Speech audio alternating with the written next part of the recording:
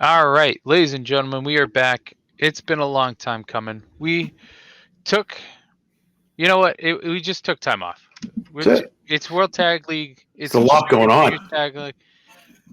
It's one of those things that there we I thought about trying to get this going weekly to get it started for the World Tag League, and I said, let's try to do a preview show, and then life happened, and then I was like, well, just do a wrap up show. It's fine. I kind of like the way it panned out though, because there was so much going on. All we needed to do was a beginning, a middle, and an end. We didn't need Yeah, to break these tournaments down week by week. It would have been a lot. it would have been, but we're tomorrow is the finals. Hmm. We will determine two matches for Wrestle Kingdom tomorrow, and who else knows what will come out of that show. Bright and early tomorrow morning. It's like three. I think Gotta it's love like those 3 a.m. our Wednesday time. pay-per-views. Gotta love those Wednesday pay-per-views. Which is actually, you know what? For me, it actually kind of works because Wednesday's my late day, so I don't have to be in here till like 11:30. Oh, So there you go. I could kind of at least sneak in the last hour or so. I think, yeah, it wouldn't be bad. If the branch I was working at tomorrow was one of the other ones I was working at, I could totally watch it during work. But the one I'm working at tomorrow, there's like it's not the branch to do it at. So Right. I'll watch it tomorrow. I might plug my computer up to the big screen and watch it on there. I love We'll that. see. Dom, how was your weekend though? This one was quiet, very quiet, and not much going on at all, actually. So, Yeah, how was yours? it was the same. We went out Friday night. We went out, met up with some friends, went to California Pizza Kitchen, Oh, nice. and then Cambridge. no, Prudential Center in Boston. Um, and then Saturday we both worked. We didn't do anything. Sunday was football, so we didn't do anything. Um, so yeah, and then working. I finally news drop. Breaking news hit the buzzer. I finally settled on a. Yeah, there you go. I settled on a branch. So for those of you who don't know, I work for a bank, and I'm on the float team. So they send me to different branches and whatnot. And I settled. I was at a branch recently that I've enjoyed the people that were working there, and they were in need of a spot, or they needed help. So I applied because you have to apply, I guess. I get that. Had Yeah. an interview with a branch manager, and I have my start date, which is really just the day I formally joined that branch in January. Awesome. So it's not really. It's more just like it's not a lateral move or a bump up or anything like that. It's kind of just like Change of I've been scenery. saying. I've just been saying settling down, really. So now you are at this. So that's the thing. You like bounce around. This is your home now. So now you have Yeah, a. this is my home. Yeah, this That's was awesome. That's been always my good. home range. So That's always a good feeling when you're bouncing around here and there with your job, and then finally you got. Even if you could be on the road like once or twice a week, at least you got that yeah, one landing spot that no matter what, is always the place. Good for you, Conway. That's fucking awesome. gonna Congratulations. make vacation a lot easier because I don't have to worry about somebody if somebody I've never talked to or heard their name in my life took the same day I off and now I can't get it. Right. So that's one of the big positives coming from that. But other than that, it's been very low key. Cool. Just been doing Christmas shopping, trying to get everybody done. Yes, So that's where I've I'm got lucky. I I only so got I'm like four. oh I I got got, new glasses coming. I have new glasses coming. I got them from Pair Eyewear. okay. Uh, Oh, glasses. Glad I thought you meant like tumblers. Glasses. I immediately thought tumblers for some reason. I don't No, know why, but these ones are the 5 goggles. plus years old. Spectacles. I got new ones coming. Hopefully before Christmas Hey, because I you got upgrades everywhere. so these ones that will have like they'll have covers essentially. You know that how like some glasses had like the sunglasses clip that you just put on your glasses. Yeah, I know what you're talking about. So these ones, it's just like covers to go over the top of the glasses. Mm-hmm. It doesn't touch the lenses at all, but they're just like different designed covers. So I got a Christmas one coming for that. I got a Sick. Bruins one and I got a Seattle's Kraken one coming. So hopefully next week when we do this again, I'll be wearing new glasses, but Love it. who knows? All the gifts that I was worried about coming in close to, if not after Christmas, have come in, so that's good. I've Good. got 1 or 2 more to buy. We were in Boston last night. We went to the pro shop for the Celtics and the Bruins. Nice. Picked up a few gifts there, which was surprising. I didn't think I was going to get anything there, and then Yeah. you picked some stuff up. So, how about you? How's your Christmas shopping going? Oh, mine's easy, man. I got mom, my dad, and my brother, and that is it. See you later. Done. So, and they are all very simple. So There you go. I can bang it all out shortly, and Yeah. no worries there, which is nice. Yeah. My mom's at the point where she's like, "You tell me what you want, and I will buy it. Right. Just tell me what you want." So I know we were talking about music last time. So there's a band that I like called Cold. Their big song was called "Stupid Girl." It was back in like early 2000s off the Year of the Spider album. They're doing a anniversary tour for that album. I believe it's a year. It's a excuse me. It's called the Year of the Spider tour. So It was good. go ahead. No, I was gonna say, if it's a song I'm thinking of, I don't think I knew who sang that. I think I thought it was someone else, but 2000. Okay, so it came out. Sounds like right. Yeah, released May 2003. March 18th. The first, so Stupid Girl came out then. So they'll be going to the Middle East in Cambridge. Ooh, nice. You go check it out. Yeah. So the ticket, surprising. Well, it's a nice place. I've never been to the Middle East. I've never been to the Middle East for a show, but I hear it's a good spot for him. So Teresa's sister worked there. She still does like per diem there whenever they need her. So they have an upstairs, a downstairs. They have 2 separate upstairs actually, and then a downstairs. Yep. I've seen one show, or at least been upstairs during one show, which is where it will be. It's called Sonia. And then downstairs they do this thing called Ex Mortis, which is like a goth rave kind of deal. Oh, Jesus Christ. And, dude, it is an experience. It is intense. It's a blast. It's a blast, my guy.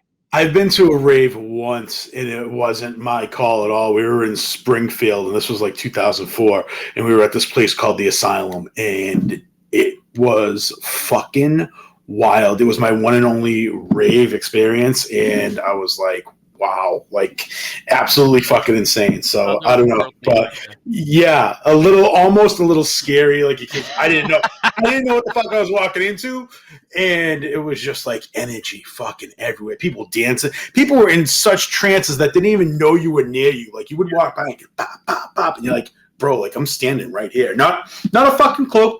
Couldn't have told you that I was standing. It was like they don't. They just don't. Like, for the people that go that. I've always said that for the people that go, and I've gone to enough anime raves too, but I've always said that the people that not everybody, but there's a good amount of people that go to this, that this is what they do. This is anytime they have a chance to go, they get out of the house, do this, and it's one of those things that it doesn't matter if you have social anxiety. It doesn't matter how weird you are. Everyone's there to dance, have a good time, and not it's cool. Deal with anybody's drama if you can avoid it. It is a blast and a half. But upstairs in Sonia, that's where Cold will play. And when is the show? So the show is March 22nd. Oh wow, not till spring. Yeah. So I'll be. So I will. The general admission tickets are $25. Oh, beautiful, bang. And the VIP is an extra $75. So. Well, so it's $100 total for the VIP. What do you get with VIP? So with VIP, hold on, I'll tell you. Are you doing VIP? Are you doing VIP? Yes, I am doing VIP. Good for you. Good for you. Because it's a band I would like to meet. That's what I'm saying. If it's your band, if it's your people, you fucking go balls to the wall. You absolutely do that. So for VIP, okay, it's the 20th anniversary tour for Year of the Spider. Wow. So yeah. So you get a meet and greet with Cold, a photo op with Cold, cool, signed Year of the Spider set list, 11 by 17 tour poster, Cold font transfer sticker, Year of the Spider anniversary guitar pick. Did you say it's the signed set list and a signed poster? I don't think the poster's signed. Okay, but still a But signed set list? Right, signed set That's well list. worth it right there. Everything else is house money, bro. And you get to meet them? Yeah, Year of the Spider anniversary guitar pick, Year of the Spider VIP laminate, and then early entry when the building allows. Beautiful. So for $100 to meet a band I've listened to, if not all, most of their albums, it's gonna be a blasty blast. And again, it's just I was so happy when I saw how, I don't know if cheap's the right word, but how affordable. Inexpensive. Yeah. Yeah. How $100 for a meet and greet and everything you just said you got. Yeah, right. Fucking, absolutely, bro. No brainer. Hold on. I don't know what I hit the wrong button. They're touring with Divide the Fall, Awake for Days, Signal to Noise, and Death Valley Dreams. Death Valley Dreams is only appearing on certain dates. So I don't know if I will see them. I've only heard of Cold. I feel like I may have heard of Divide the Fall, but it's gonna be good to see Cold. I hope they do some acoustic stuff. I always get giddy when bands do acoustic stuff because no room for error. You can't hide behind acoustic, man. You're putting it all out there. You show what you're made out of when you strip yourself down like that. Right. And it's not even really that you can't it's not that you can't even hide behind it. It just feels like it's a different sound. Yeah. And I like the different feel that it gives. Oh yeah. So like one of the things I always loved was watching Stained do their acoustic stuff. He is. I've seen him twice. One of my friends is a huge. Anyway, we used to fuck with each other. Like he would shit on me for Limp Bizkit, and I would shit on him for Stained. And I'm like, bro, like they're the reason they both coexist, But he was like, yeah, you gotta come see him. You gotta come see him. And they toured together. Right? Yeah, because he was, Fred was the one that fucking put him on or whatever.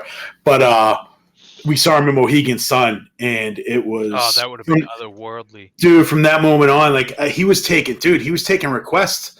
And like at the drop of a dime, like he'd be mid song and he would switch up what he was singing and go into like Brown Eyed Girl, but like flawlessly just change keys and not tell you what he was doing, and like take a request and then go into something else. And I'm like, if anyone gets a chance to see Aaron Lewis, oh my god, go see him live. He is a completely different animal. It's awesome. I have this thought, like in it, and I know some people can't, but if you can look past political views, then it's worth then if you can look, if you're just there for the music and you can kind of look past the everything else stuff, down. it's going to be a great show. I agree. I've never seen Stained or Aaron Lewis live, but I've watched live performances. So but before we get on another 2-hour tangent, before we get to the actual wrestling stuff like we did last time, let's get to it, because we've had the World Tag League and we had the Best of the Super Juniors Tag League, which both have big implications going into Wrestle Kingdom. The winner of each will face whomever is the respective champions. And as it currently stands, it is FTR for the heavyweights and Catch 22, Francesco Akira and TJP for the juniors. Now, so let's start with the heavyweights before we get to the juniors. Yeah, okay. That's interesting. I will say that I was disappointed when I looked at this that FTR wasn't in the tag league, but I feel like it makes more sense. It makes more sense, and I feel like it would have been too big of an ask from 100%. Tony. You're risking way too much. Yeah, and the thing is, I know Dax has harped a lot about family and wanting to spend time with his daughter and all that other stuff. So I don't know if he would want to do a tour, or at least one that would have been as long as strenuous as a World Tag League. But again, I hope sometime down the line they'll do a tour of Japan and not just do these spot shows. So let's go through it. So we have the team of Aussie Open. So we'll start. Let's just start from the top and work our way down. So we have the team of Aussie Open representing the United Empire of Kyle Fletcher and Mark Davis. We have the team of TMDK, which stands for the Mighty Do Not Kneel. Oh, thank you. Mikey Nichols and Shane Haste. Love them. We have Los Inganables de Japón of Tetsuya Naito and Sanada. We have Hiroshi Tanahashi and Toru Yano. I forget what they called themselves. I wrote it down. Maybe I didn't. They had a tag name. What was this? It was the Bebop Tag Team. Hiroshi Tanahashi and Toru Yano. Yeah. And then we had Bishamon of Hiroki Goto and Yoshihashi. We had the other representatives of the United Empire in Great-O-Khan and Aaron Hanare. We had Suzuki-gun of Minoru Suzuki and Lance Archer. Mm-hmm. We had House of Torture of Evil and Yujiro Takahashi. We had Bullet Club representing, we had the General's Jewel representing Bullet Club of Bad Luck Fale and Chase Owens. And then we had Alex Coughlin and Gabriel Kidd. Those were our teams for the World Tag League this year. Before we get to how everything shook out and where we thought things would shake out, Dom, did you have any issues, or were you fine with the teams? The teams I loved. Everything's good here. Like I said, we kind of talked about this before we went on here, but like the World Tag League, somewhere along the line, they lost a little something for me. But there was a few teams I was keeping my eye on, and it panned out kind of the way I was hoping. So I was fine with the teams. I would have thought that Clark Connors and Alex Zane, maybe not as a team together, but I would have thought that they would, one of them, if not both of them, would get jumped up to the heavyweights. I thought Clark Connors, to be honest, was going to get jumped to the heavyweights. He's a big kid. I don't want to say I was disappointed when I saw him get paired with Taguchi, which we'll talk about later, but I was a little surprised. I will say I wasn't. They were having some fun with it, though. I was watching. No, they were having great fun. They found an interesting dynamic at some points. I wish this was like when it first started. I was watching it. That was the first team that was like, oh, they're fucking figuring shit out, you know. No, and like the press conferences were awesome as always. Right, in the pre-match stuff where they would pull out the Sapporo bottles. That right. Was great. But I was expecting, I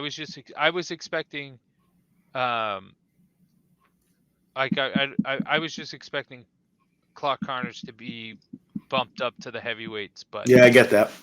But overall, I think it was probably the best field outside of adding FTR that they could have done. So it shook out. It shook out in the way of this. Hold on, sorry.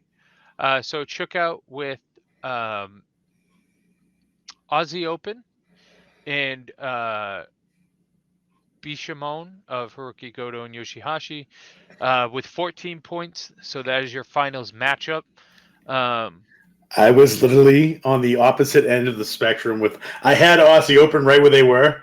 And did you say Goto and Hashi was who they had? I had them with two fucking points. 2 points. 2 points. Oh my god! But I knocked it out of the park with Aussie Open at 14. But that's what they got, right? I feel like Aussie Open was the obvious choice. Yeah, obviously. Because It's them and FTR at Wrestle Kingdom. Like that's where I am at. Gonna be fucking awesome. It's gonna be amazing. Amazing. I was close. My projected my projected finals were Aussie Open and TMDK. Love And that. if Bishamon defeated, if TMDK defeated Bishamon on the final day, I would have been 100% correct. But that was not the case. I was on point with how my bottom bracket shook out. Okay. So my bottom four were correct and in order. I had Suzuki Goon, House of Torture, General's Jewels, and Cologne and Kid. I gave each probably 2 more points than they got. Actually, I was correct about Suzuki Goon. Man, I had them in the finals. I had them in the finals with 14 points. So they ended up with they finished 8. with 8. That's where I projected having them. I said their ceiling was 10 points. I didn't. I just thought you were in the ballpark. You were right there. I just thought that I thought they would do good, but I didn't think they were going to go too far, because I think I thought that and to be fair, I had the 2 teams that got more points than I projected were Bishamon and United Empire. But I mean, the ceiling I had for Bishamon was 14, and that's what they got. Bishamon is Goto and Hashi. Okay.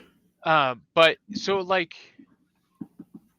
I just think that like I honestly was surprised with how many points TMDK got, because I thought when I was looking at this, I was like, I'm probably my fan brain is picking for that.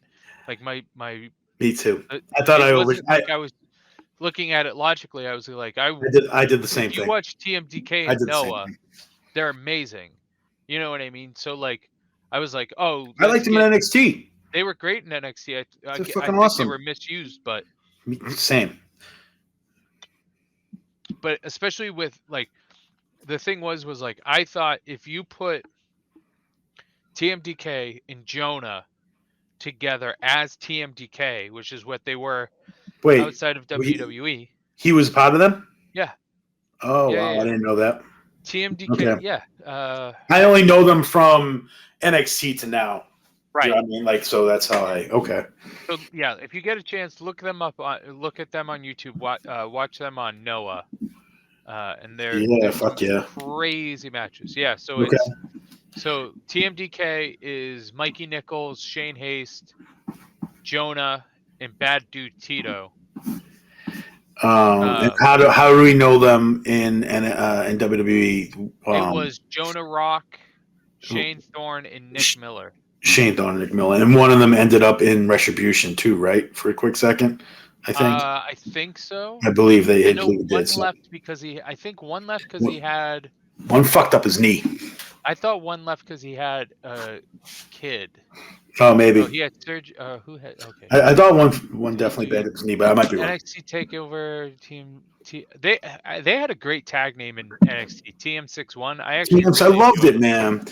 Okay, so Thorne suffered a serious knee injury. He blew his ACL or some shit, I think. Yeah, right? Had surgery 25th. He returned on September 14th. But I don't think they continued much. They did a little bit. Yeah, not much after that, right? They kind of fizzle out after he comes back from the injury. Yeah.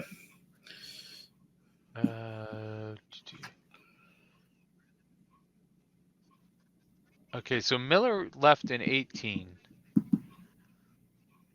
I think he left because he had a kid. Okay. I think. I feel like I remember seeing that. Makes sense. Yeah, that sounds about right. And now they just... Maybe Miller...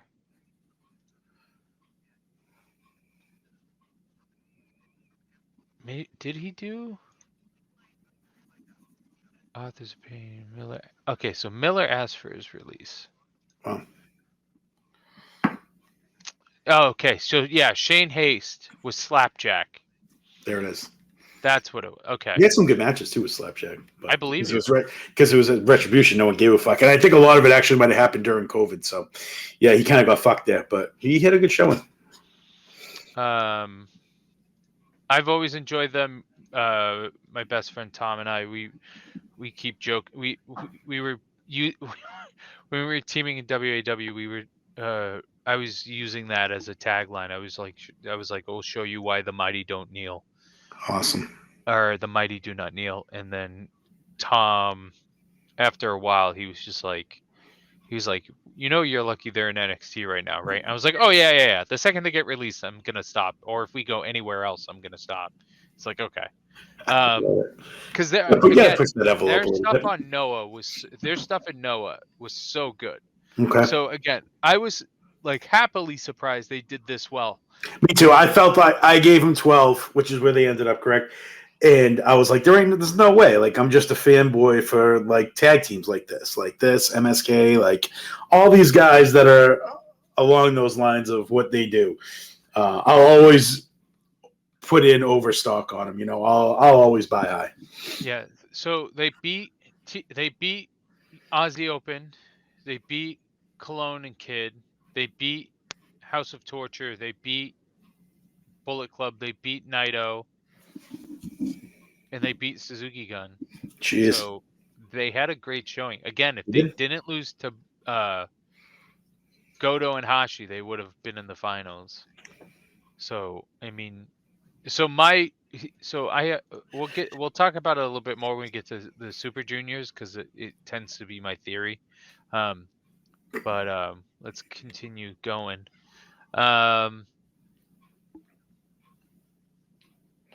We talked about Ozzy Osbourne. We talked about TMD. Bishami, we talked about. Los Ingonables, I had them at 10 points. They finished with 12, which is what I had for their ceiling. You had them at 12 points, so you were on the dot right there. Yeah. 3 out of 4 so far. Yeah. No, Yano and Tanahashi, I had at 8 points. Then that's what they finished at. You had them at 10 points. So you weren't too far off. It's really just sometimes it's just that one random loss that you're like, you shouldn't have lost. What the fuck, right? Yeah. Oh yeah. It's always that what the fuck loss. Bishamon we talked about. I had them at 8 points. They finished with 14. Who was that? Which I had as their ceiling. Goto and Hashi. I had them at 8.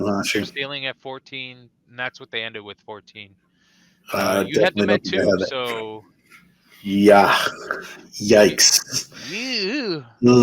That's a Skip Bayless take right there. That is wow. Holy shit.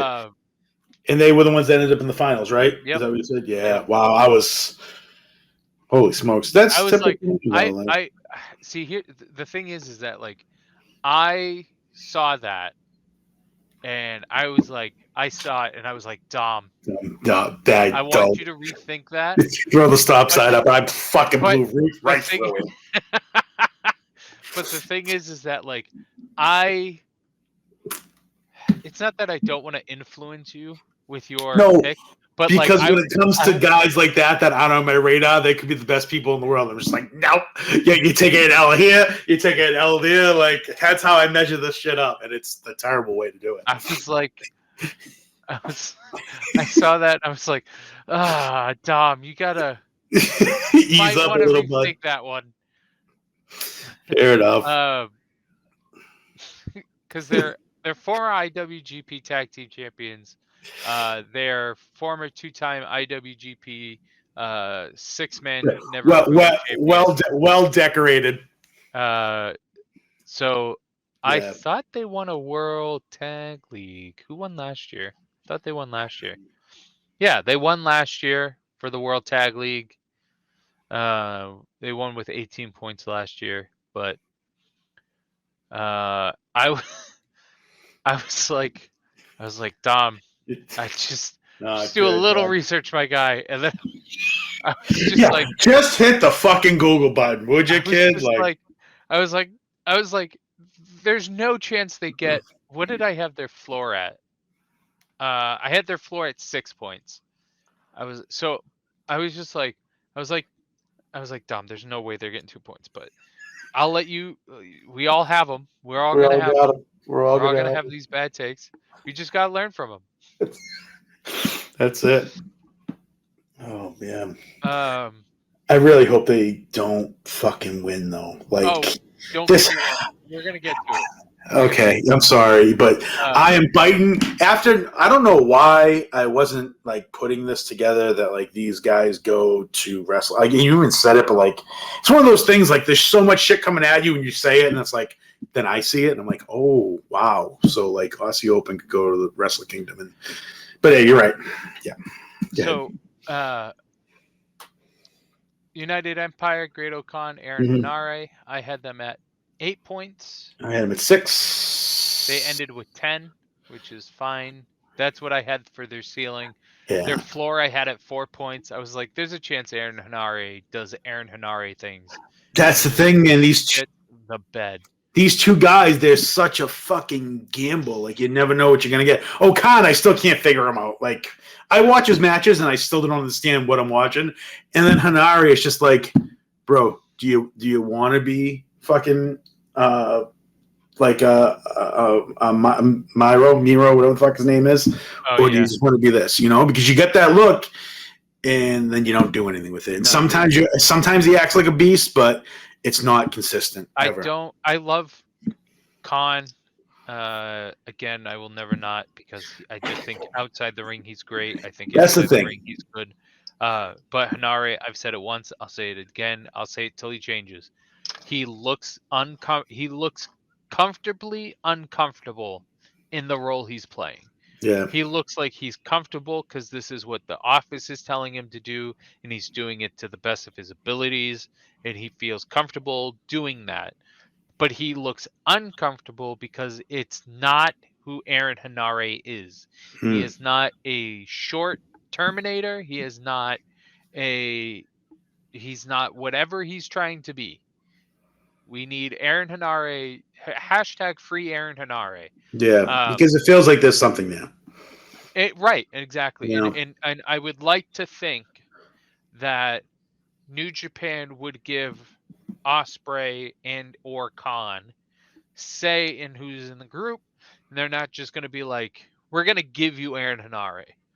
Whether you want him or not, we're going to give you Aaron Hanare. You know what I mean? Yeah. Like, but at the same time, I can see New Japan going, here's a list of guys. Who do you want? And they went, we'll take Hanare. Right. Like, he's not the last pick, but he's not the first pick. Yeah. I get that. Like, just something's going to change with Aaron Hanare, and I feel like it's going to be whatever the next thing for him is, whether it be post United Empire next year, some point with the United Empire, whatever it is. Whatever's next for Aaron Hanare will probably be the best version of Aaron Hanare. Mm-hmm. So then we go to Suzuki-gun, Minoru Suzuki, and AEW star Lance Archer. I had them at 8 points with a ceiling of 10. They finished out with 8 points. I had them steamrolling at 14. I had high hopes for these two, and did not come to fruition. So here's the thing: is that when I looked at this, I felt bad giving their ceiling at 10 points because I was like, there's a world where you've got. It's the problem is that like. You're going to lose to Aussie Open. You're going to lose to either TMDK or Goto and Hashi. So that's 2 or 3 losses right there. You're going to beat House of Torture. You're going to beat Bullet Club. You're going to beat Kid and Coughlin. So you're sitting at 3-3. So now you've got Los Ingonables, Tanahashi and Yano, and United Empire. So those are 3 wins. So for me, it was which way do those 3 wins go? And it was like I was like, there's a world where they can beat all 3 of those teams. So right. I don't think you were too far off with the 12 or 14 points you gave them. I just think that my problem is that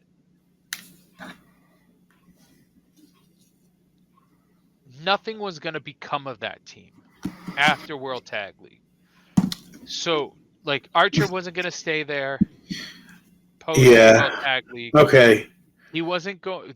Minoru is going to just do putts around it and do shit, even though he's got a great ringside collectibles toy coming down the pipeline. But it was one of those things that, like, and this goes for both Best of the Super Juniors and World Tag League, and it goes for G1, and it goes for Best of the Super Juniors, and it goes for World New Japan Cup. The people that do well are going to do well after as well. So you kind of have to think about it like that. So, like, Suzuki-gun, if they were to do well, they would have to win or come close to winning, and then be able to build off that going into Wrestle Kingdom, where, again, we'll get into this in a little bit, and we'll definitely get into it with Best of Super Juniors. It's going to be a multi-man. I don't know if the heavyweights are going to be a multi-man. Wait, what's going to be a multi-man? The tag matches. New Japan has a history of making their tag matches, especially the juniors Stop. At Wrestle Kingdom, you tell me it's not going to be one-on-one? So I think the heavyweights are going to be a one-on-one. I think Aussie Open versus FTR is too good of a match to add a body to. Yeah. But the juniors, I think, will be, because the thing is, so here's the thing that, like, New Japan does, and it's kind of what it tends to be what happens with the juniors. You put the juniors, we're jumping the gun a little bit, but Yeah. you put the juniors tag champions in there, which is Catch-22. Right. You have them lose to insert team here, right? Robbie Eagles and Tiger Mask, right? And then they win every other match. Why would you pick them too? And then you have the finals for the World Tag League, which is Bullet Club versus Chaos. Bay and Austin. Yeah. And then whoever wins that has the right to face Catch-22 at Wrestle Kingdom, right? Right, yeah. I get all that. And then Robbie Eagles and Tiger Mask go, hey, we beat the champions during World Tag League. We deserve a shot at the titles as well. And now you have a triple threat at Wrestle Kingdom. Like, that's the formula New Japan uses, okay. Again, we're gonna get into it with the juniors. Okay, I got it. Who beat TJP and Akira? So Bullet Club beat them, and Kanemaru and Doki beat them. Bushi and Titan beat them. So we're not gonna get a 5-way. That'd be insane. No, that's fucking nuts. Three tops. Is. We're gonna get, jumping the gun. We'll talk about it in a little bit. All right. Yeah. If I had to guess, we're gonna get Chaos versus TJP and Akira versus Bushi and Titan, and maybe Doki and Kanemaru. But I don't. That's a tough one. We're at least gonna get a triple threat. Okay. For the junior tag titles. All right. You can break that down when we get there again. Like, you can. Yeah, once I can see that. Jesus, I didn't see that coming. All right, so let's finish up World Tag League first. Okay, so House of Torture, I had them at 8 points. They ended with 6 points. I had their ceiling at 8 points, so I was right there. I had their floor at 0 points. Okay. This is who House of Torture is. Yeah, this is Evil and Takahashi. They ended up at 6. I had them at 10. Oh, that's gross. Why? I don't like either one of the Takahashi. I was like, I just want Evil to lose everything. So I just want. Yeah, Evil's not great, but I'm really high on Takahashi. I guess that's where that landed. A couple of those wins probably should have went to fucking Goto and Hashi. I guess. Huh? Could have taken a couple from them. Evil, they beat. They beat. Fuck LIJ, they beat Tanahashi and Yano, and they beat Suzuki. Okay. The only people they beat. So, All right. I thought 8 was generous. I Apparently, I wanted 0 points for them, in all honesty. I know you are down on Evil so bad. Yep. He's the worst IWGP heavyweight champion of all time. Well, So then we have the they're general. Foley and Owens. Yep, we have Bad Luck Fale and Owens. I had them at 6 points with their ceiling at 8, their floor at 0, and they finished with 4 points. I had them at 4. Good on you. I just thought they would get that what the fuck victory a few times. And I was just like, yeah, okay. I was like, that's acceptable. They beat Cologne and Kid. They beat Evil and Takahashi, and they beat. That's it. They only beat those two. So non-important wins in the perspective of the whole bracket, which is a little I mean, not upsetting, but like if there was a team that was going to be the upsets, I thought it was going to be them. Gotcha. Or at least the people to play upset. Gotcha. And then lastly, Coughlin and Kid. Yes, I had them at 4 points. I did too. With their ceiling at 6, they ended with 2. But good showings, I felt like. Anytime I caught their matches, and they kept saying like no one really knew anything about them. I guess that wasn't just on us. Like these kids are relative unknowns. Even commentary was kind of saying that a little bit. Did you know much about them? No, not really. I know New Japan's high on Kid, and you cannot be high on the look of Coughlin. One of them's a beast. Yeah, it's Coughlin, right? Coughlin looks like he was. He's almost got like that Neville kind of was. He's a little bit of a comparison there. He's got like these. He's got like, He's got the like side pecs, I call them. Yeah, I know you're talking about. Yeah. He's got like that diamond. He's got like that diamond cut almost. Yeah, no, he definitely. Yeah, he's shredded. Yeah, so like. I was like, I didn't think they were going to do anything because I thought just they felt like just a young boy tag team, like that they're just going to like move on from, they're just going to be there to take falls. Right. So the fact that they only beat Evil and Takahashi, so that's whatever. But I don't know. I was just like, not that I wanted, it was better than them throwing in young boys. It was better than throwing in 2 young boys that have no business being in there, or better than throwing in two like it was better than throwing in somebody else. So I was fine with it. They met expectations essentially. They didn't do anything. Met expectations. I like that. That's exactly where they were for me. Like exactly what I wanted to see out of this tag team. 2 kids that I didn't know that impressed me, whether they won or they lost. You know. Yeah. So, and like a couple kids to keep an eye on. Yeah, I thought like you said, it was good showing. So I don't know if we'll ever see them tag again as a team. They might be on 8-mans or 6-mans, but who knows? So yeah, so the finals we have are Aussie Open and Bishamon of Hiroki Goto and Yoshihashi, and I am going to, it should be Aussie Open. It deserves to be Aussie Open. Now, give me one reason why it wouldn't be. Like a, you know what I mean? Like, okay, not yours, but like a legitimate reason why New Japan would be like, yeah, this isn't going to happen. Because you don't have a New Japan you don't have New Japan representation in a match at Wrestle Kingdom. You can make the case in the. So what is Aussie Open? That's what I was just about to say. No, they might be considered freelance, but they're United Empire, and which is one what of those. Though? Like I know. No. That's the thing, is that they're New Japan. They're New Japan talent. Okay. They wrestle other places, but primarily they're New Japan talent. Okay. But New Japan sees them as gaijin that gets brought in for New Japan, so they're not New Japan talent. So, and here's my thing, is if you want New Japan representation, then don't make it Bishamon. I would have much rather it be Hanare and Khan.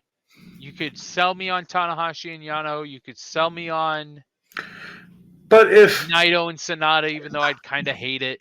but The Hanare problem and is that, like, and sorry to cut you off. The that's problem right, is that's right. that, like, when it comes to World Tag League, yeah, there's a repeat history, and what I mean by that is, like, here's every World Tag League final, since 2013. You know what? 2012. Let's go 2012. That suits my argument better. Hold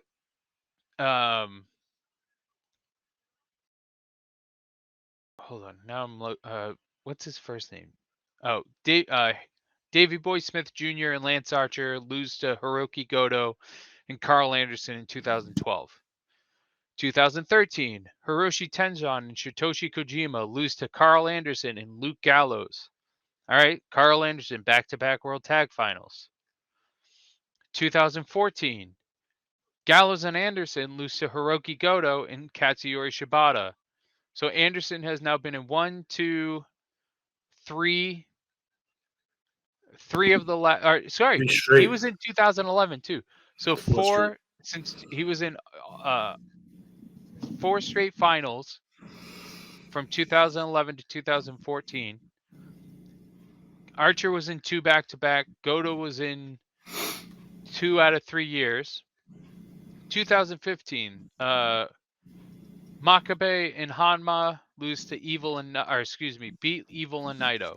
2016, Tamatanga and Tongaloa lose to Makabe and Hanma. Hanma and Makabe went back-to-back World Tag League Finals. Who is that? Who is that guy lost to? Those two guys you just said. Toge Makabe, he's the Unchained Gorilla. He's the guy who walks around with the chain on him. Okay, yeah, I think you reckon. But I feel like that's a big. They beat Gorillas of Destiny twice. No, they beat Evil and Naito 1 year, and then Gorillas of Destiny the next. Like those are 2 big wins for these guys. Right, but and then what happens to them after? I forget how the I forget how Wrestle Kingdom went for them. But even up until now, like no, this is 2016.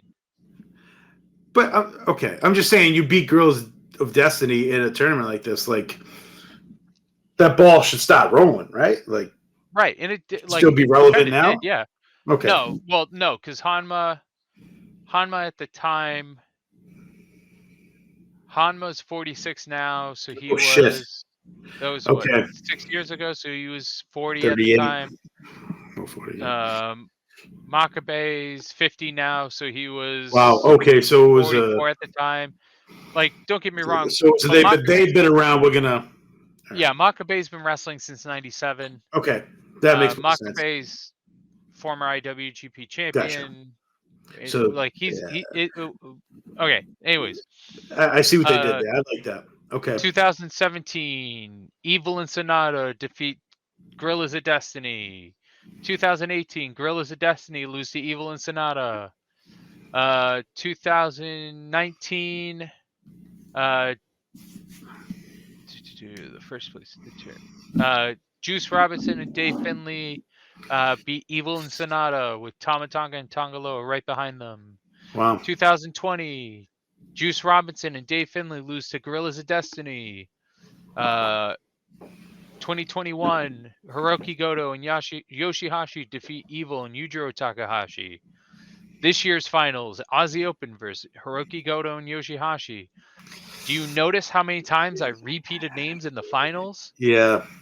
Like, it's just one of those things. Like, it's. I'm glad you said this to me now. I'm glad we had this discussion now, because if I tuned in tomorrow and Aussie Open lost, I would have been so fucking confused. At least now there's reasoning for it, and I understand. But oh man, do I want them on this card? But the thing is like, but that's the thing is they'll end up on this card. Like I want that's the thing it, is like, yeah. the thing But is these that are the like guys that face FTR, right?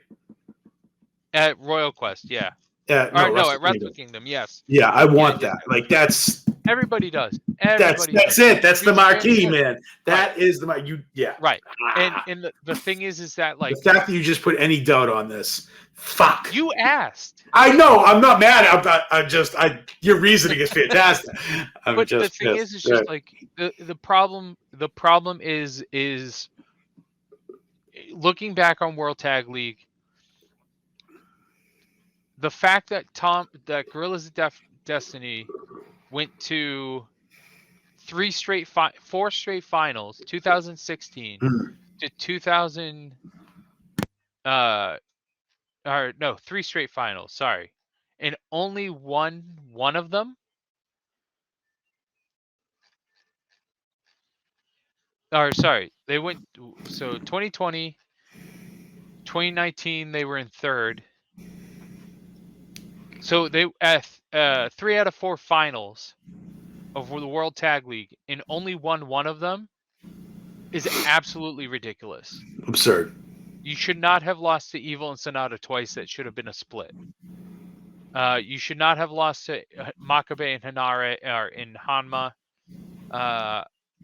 Like it's just frustrating because That is frustrating. like 100%. as and I know I've said this before, but as much as I love the product that New Japan puts out, the some of the results are just absolutely mind blowing. Okay, so Hanma and Makabe went on to face Bullet Club at Wrestle Kingdom. So you weren't gonna have a Bullet Club versus Bullet Club title match. Right. So fine, I guess, fine.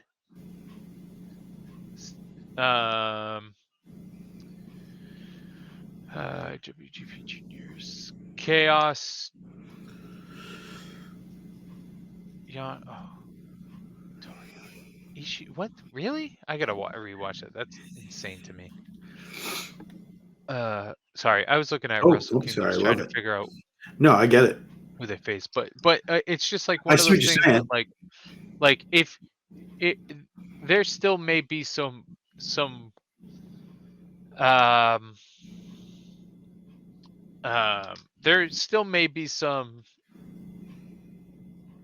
roundabout way that we get to a triple threat Aussie Open FTR and B Shimon, which I honestly don't hate. But does that negate the whole purpose of doing this? So yes and no, because if you have Aussie Open win and if you have Aussie Open win and then go to if you have here's how you do it. If you really don't want Aussie Open winning World Tag League, which is a bit poor choice, but whatever. Moving on.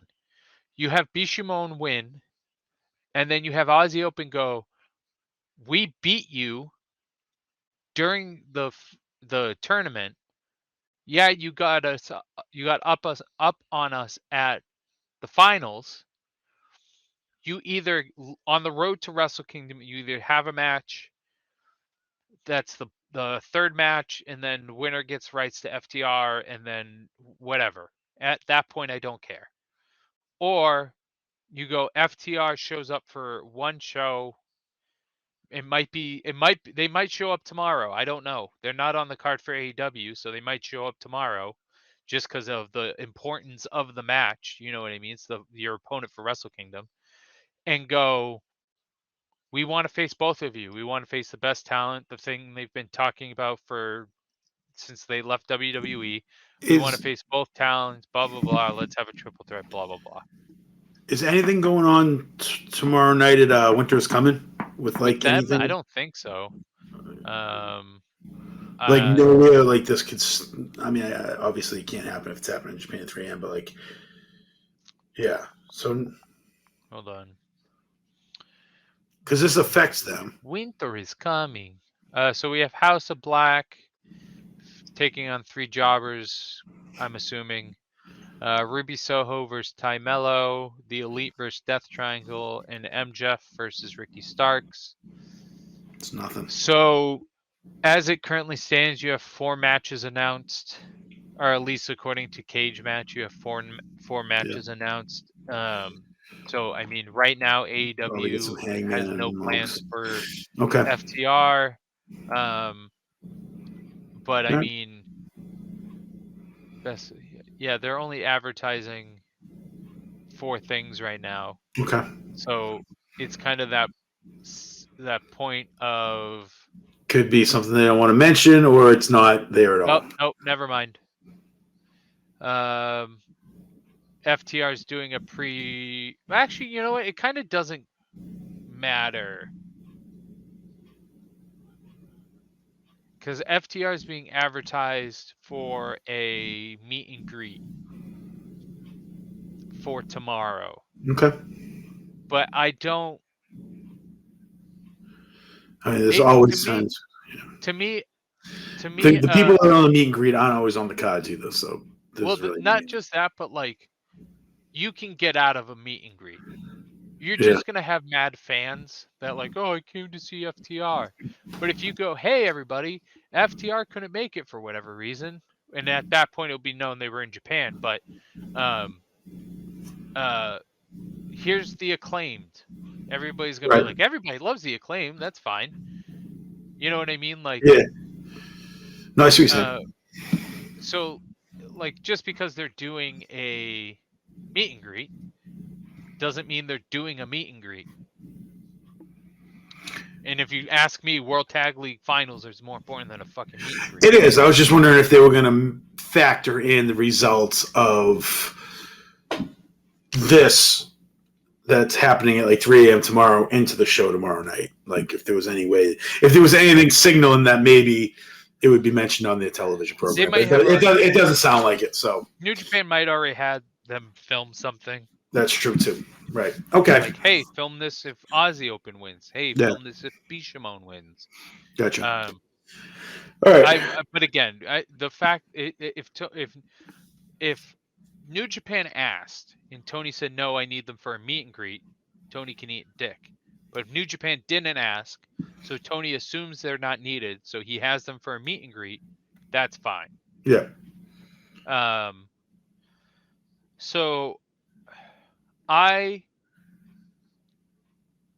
don't want nor believe Bishamon is winning. It should be Aussie Open. It probably will be Aussie Open.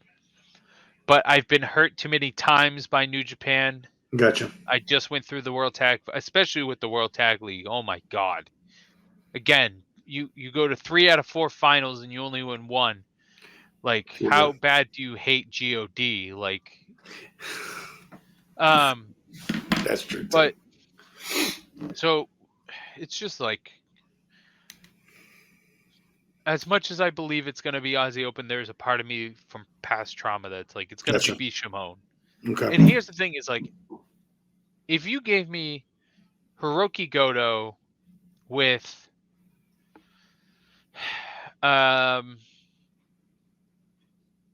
Ishii, Shibata, if Shibata was back full time,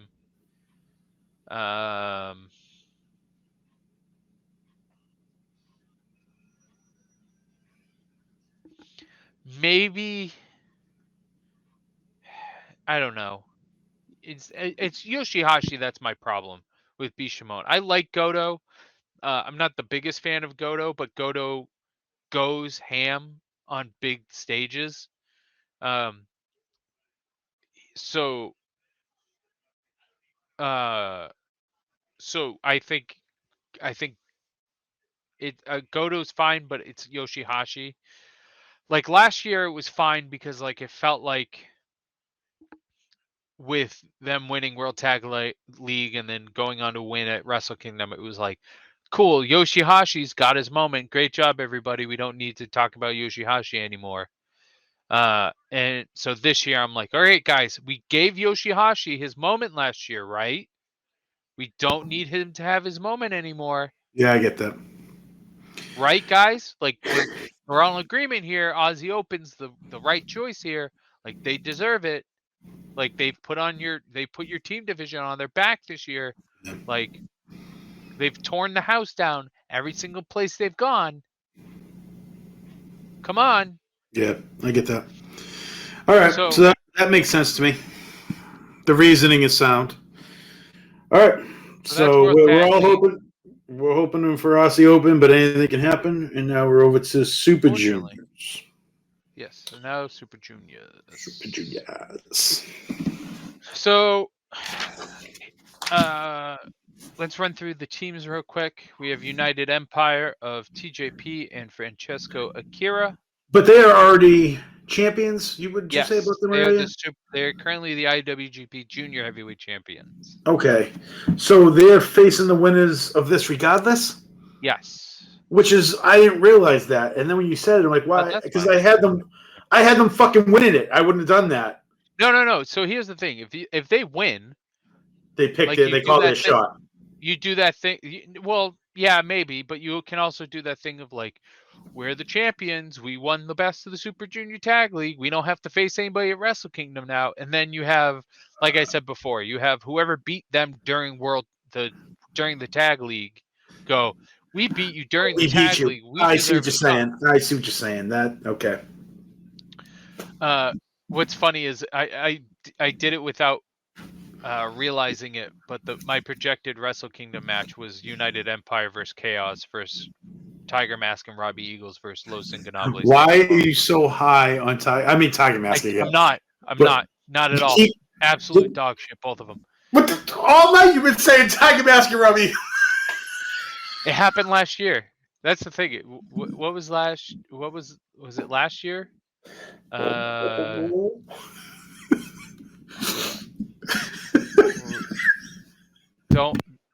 Don, the best thing you can do is not question me, because it's just gonna make your brain hurt. It's really it. Don't ask how I get it because I'm all over the map, but that's wild. Like you've been so high on them all night, and I couldn't figure it out. No, they're absolute dog shit. Absolutely. Oh, that's incredible, Conway. Where's the IWGP Juniors? Here it is. So last year it was Robbie Eagles and Tiger Mask walking in as champions. Wow. Defeating Risuke Taguchi and Rocky Romero, and then Taichi Ishimori and El Phantasmo. That was the IWGP title match last year.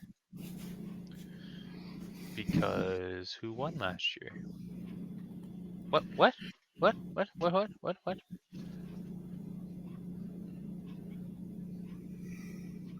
Oh, did they not do that last year? Super Junior 5, Professional, blah, blah, blah. Oh, that's why. So the winners of last year's tournament did not go into Wrestle Kingdom. So they get a trophy and that's it? No, you got a trophy title match, and then at Summer Struggle 2021. Oh, it just didn't happen on the Wrestle Kingdom card. Yeah, it just didn't happen on the Wrestle Kingdom card. That's kind of bullshit. Nah, it's fine. All right. El Desperado Kanemaru run, it was kind of like whatever. All right. Anyway, so United Empire, United Empire, Francesco and Kira. What did they end up? Because I don't have their points total in front of me, so we'll get to it in a second. Yep, we have Chaos, Yo and Leo Rush representing Chaos. We have Ace Austin and Chris Bay representing Bullet Club. We have Kushida and Kevin Knight. What? Is Alex Shelley? What's he doing? Like, can you just He is current IWGP or New Japan Strong Tag Team Champions with With Chris who? Sabin.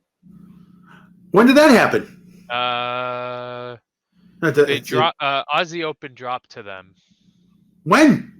We'll find out. Fuck. So, Motor City Machine Guns are what? The IWGP. they're just the Strong Openweight Tag Team Champions. The thing they put on TV. Yeah, they're okay. the American. Gotcha. They're the American champions. That's still kind of fucking cool. You know, I thought I saw them with fucking titles and something the other day, and they won them at Rumble on 44th Street. Ah, shit. 3-way match involving DKC and Kevin Knight. So it was a triple threat between Aussie Open, Motor City Machine Guns, and then Kevin Knight and the DKC. That actually might be on my Fight TV too. Fuck. It wow, is. that's. I watched it. I love it. Oh shit. So don't get me wrong. I wish it was Time Splitters too, but once I just had it in my notes, and I'm like, man, that would have been so fucking cool. But I guess that's even cooler. At least there's a good reason for it. Yeah, but you're telling me you couldn't get the machine guns over here, and we really needed. Yikes! We really needed. Could you imagine the House of Torture in this tournament, or Alexane and Lindemann? I'm with that. Keep them in that. I know you are. Okay, so here's the thing. We're gonna talk about them real quick because I kind of like Lindemann. It's not even just all Alexane. Like Lindemann's kind of a beast. The two craziest guys, personality-wise, at the Best of the Super Junior tournament, and then I saw them together, and I went, "Well, I would have moved Zayn up, but fine." And then I was like, "This is good." I had no hopes. What did I have them at? I had them at 12. I know you did because you're. When I'm a mock for someone, I had them at 8 points. Okay. I had a more balanced World Tag League or Best of the Super Junior Tag League for some reason. All right. I was just like, that's a weird combo. And then they're calling themselves the Sauce Hearts and all this other stuff. And I was like, well, at least they're enjoying themselves. That's all that matters. Like, showing Dick to go. Get out of there, Motor City Machine Gun, slide right in. See you later. So we had Los Ingonables de Japón of Bushi and Titan. We had House of Torture, Sho and Dick Togo. We had Wild Hips of Rasuki Taguchi and Clark Connors.